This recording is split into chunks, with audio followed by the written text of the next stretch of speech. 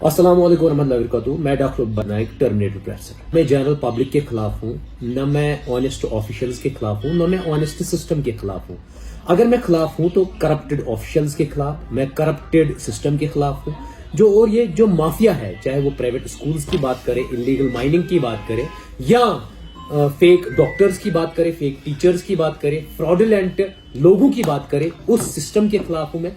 Corruption जो है ये दीमक की तरह सोसाइटी को खाता है। इसमें अगर जनरल पब्लिक हर एक बंदा इसमें इन्फ्लुएंस होता है, उसको इंपैक्ट पड़ता है, पर्टिकुलरली जो यूथ होता है। और यूथ आजकल इतना डिप्रेशन में आ चुका है, किसकी वजह से? इस करप्शन की वजह से। इसीलिए मैं इसको इरेडिकेट करना चाहता हूं सोसाइटी से, और जो ऑनेस्ट ऑफिशियल्स है उनके साथ मिलजुल के इस करप्शन को मैं निकालना चाहता हूं सोसाइटी से। कोई आईपीएस ऑफिसर, अगर कोई केपीएस ऑफिसर, या हमारे डीजीपी साहब, डिफरेंट डिस्ट्रिक्ट्स के डिस्ट्रिक्ट एडमिनिस्ट्रेटिव ऑफिशियल्स 24 घंटे अगर वो काम करते हैं, या इवन अगर आप देखेंगे 6 दिन, पूरे हफ्ते के 6 दिन वो काम करते हैं, कोई छुट्टी नहीं होती है, तो मुझे ये बता दीजिए माशरे में जो डॉक्टर है वो 2 ही दिन क्यों आते हैं अपने ऑफिस में, 3 ही दिन क्यों आते हैं? और बाकी जो वो प्राइवेट प्रैक्टिस करते हैं या वो इलीगली काम करते हैं, उनको तो रोकथाम होनी चाहिए ना, जबकि वो सबसे पायस जॉब मानी जाती है। उसी पे हम आज बात करें। जो ये हॉस्पिटल्स में जो ये माफिया बना है, चाहे डॉक्टर्स हो या इवन टेक्नीशियंस हो, उन्होंने अपने घरों को चेंज किया, महलों में तब्दील किया, महल बन गए उनके पास गाड़ियां देखिए क्या है वो सब।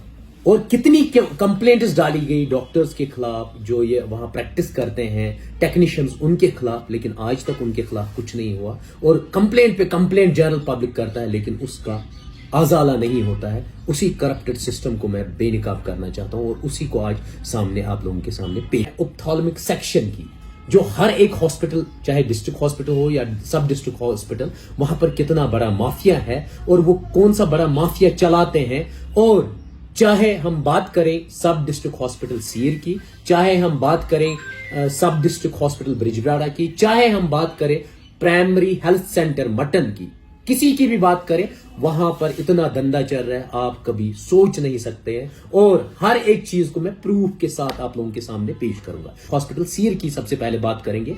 वहां पर हॉस्पिटल डेवलपमेंट फंड HDF पे काम करने वाले जाहिद साहब प्रिस्क्रिप्शन भी लिखते हैं, उसके बाद मेडिसिन भी प्रिस्क्राइब करते हैं, और डॉक्टर की चेयर पे बैठे हुए हैं। वो खुद डॉक्टर नहीं है, हॉस्पिटल डेवलपमेंट फंड पे काम करने वाले बंदे, डॉक्टर की कुर्सी उन्होंने ऑक्यूपाई की है, और वहां पर बैठ के लोगों को प्रिस्क्रिप्शन देते हैं। और लोग, जनरल पब्लिक क्या आम आदमी समझेगा, जिसको इंस्ट्रूमेंट्स को क्लीन करना होता है, वही वहां पर डॉक्टर बैठता है और डॉक्टर बन के लोगों को ठगता है। इवन मुझे लगता है सीएमओ साहब तक भी ये बात होगी। क्यों? क्योंकि वो मेन डॉक्टर्स को वहां से एलिमिनेट करते हैं, उनको नाइट ड्यूटी लगाते हैं, और जो मेन टेक्नीशियन वहां है उसको छुट्टी पे भेजते हैं, ताकि जाहिद साहब दलाली करे और अपनी दुकान बाहर, जो हॉस्पिटल के बाहर है, उस दुकान को चलाए, जिसका नाम ऑप्टिकल आई केयर है। सिटिंग ऑपरेशन में मैंने सीधे जाहिद साहब के पास 8 पेशेंट्स भेजे, 8 में से उन्होंने 6 पेशेंट्स को लेंस रिकमेंड किया, और सीधे फोन पे ही अपनी जो कोलीग है, जो रखी है अपने दुकान पे ऑप्टिकल आई केयर में, उसको फोन करके कहते हैं इसको भेजा, इसको भेजा, और रिवर्स में भी वो कॉल करती है। प्राइवेट में प्राइवेट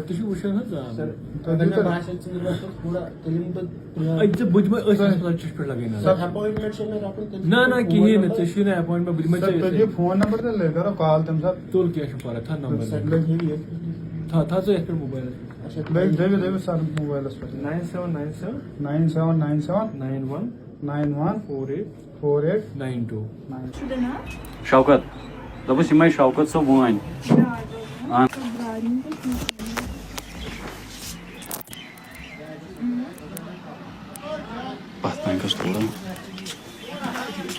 है कि आपने इस कैंडिडेट को भेजा, और मेरी टीम के मेंबर्स ने, जो स्टिंग ऑपरेशन था, उसने सीधे वहां फी भी 500 वो रिसेप्ट में भी मैं दिखाऊंगा, और कितना घपला होता है अगर इसको बाद में मैं कैलकुलेट करके फिर मैं बताऊंगा। और मैक्सिमम जनरल पब्लिक को ठगा जाता है। जनरल पब्लिक को पता नहीं डॉक्टर कौन है, टेक्नीशियन कौन है।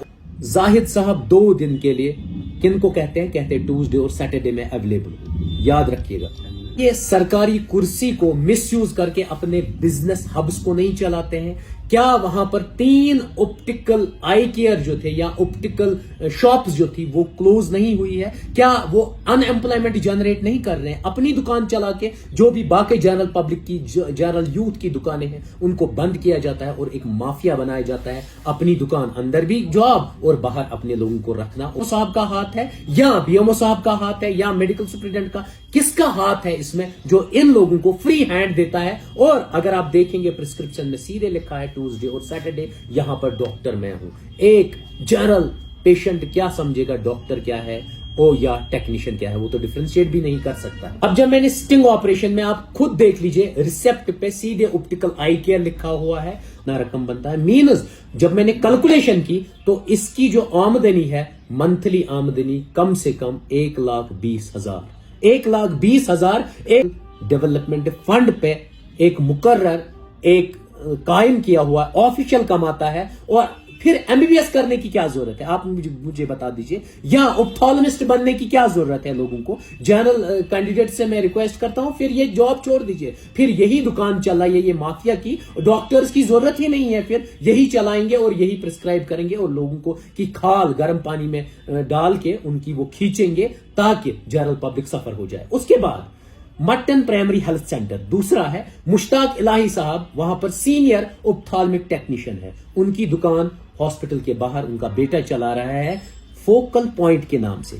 बाकी जनरल पब्लिक नहीं चला सकता है क्या? दूसरे लोग नहीं चला सकते? उनकी क्लिनिक्स को बंद किया जाता है, उनकी शॉप्स, दुकानों को बंद किया जाता है क्योंकि माफिया अंदर से लेके बाहर तक है। उसके बाद सब डिस्ट्रिक्ट हॉस्पिटल ब्रिजबिहाड़ा की बात करेंगे, वहां पर भी मैंने सिटिंग किया। वहां पर इम्तियाज और वाहिद साहब जो है वो ऑप्थाल्मिक टेक्नीशियन है और दूसरा है एनआरएचएम में ऑफिशियल है। ये दोनों एज ए डॉक्टर बन के वहां काम करते हैं क्योंकि मैंने सिटिंग में अपनी टीम को भेजा है और ये भी सेम प्रोसेस करते हैं। ये भी सेम प्रिस्क्रिप्शन, दवाई भी देते हैं, ये सेम प्रिस्क्रिप्शन में क्या करते हैं, उसके बाद ऑप्टिकल लेंसेज भी प्रिस्क्राइब करते हैं। और इनकी भी दुकान जो चलती है इकरा ऑप्टिकल लेंसेज, बाहर ये ब्रिजबिहाड़ा हॉस्पिटल के बाहर चलता है। मीनस अंदर बंदा है, बाहर उसकी दुकान चलती है। और एक चीज अगर आप देखेंगे, जो सब डिस्ट्रिक्ट हॉस्पिटल ब्रिजबिहाड़ा है, प्रिस्क्रिप्शन में क्लियरली लिखा है जो कंसल्टेशन है वो डॉक्टर गजाला मैडम की है, जो कंसल्टेशन है वो डॉक्टर आदिल साहब की है। मुझे ये बता दीजिए, तो जब उनका नाम है ऊपर प्रिस्क्रिप्शन में तो नीचे कौन देख रहा है? नीचे यही टेक्नीशियन, नीचे यही माफिया इम्तियाज और वाहिद साहब देख रहे हैं। और साइन देख लीजिए किसके है, लेकिन ऊपर आप नुस्खे पे जो प्रिस्क्रिप्शन है उस पे नाम देख लीजिए। देखिए कितना बड़ा माफिया है, ये इतना बड़ा माफिया है आप कभी सोच नहीं सकते हो। और इससे एक क्लर्क से लेके ऊपर मेडिकल ऑफिसर तक हर एक बंदा इन्वॉल्व हुआ है और लोगों को लूट रहे हैं, लोगों को मतलब लोगों की खाले खींच रहे हैं। ये हर एक हॉस्पिटल की कहानी है, जिसको कहेंगे हर एक डिस्ट्रिक्ट की कहानी है, हर एक सब सेंटर की कहानी है, हर एक प्राइमरी हेल्थ सेंटर की कहानी है, जहां पर ये इन्होंने लूट मचा रखी है। और जो एक्चुअल डॉक्टर्स और फिजिशियंस या बाकी स्पेशलिस्ट्स है उनका वहां कोई काम नहीं, उनको छुट्टी पे रखा जाता है और ये लोग अपना माफिया चला रहे हैं। किनके साथ?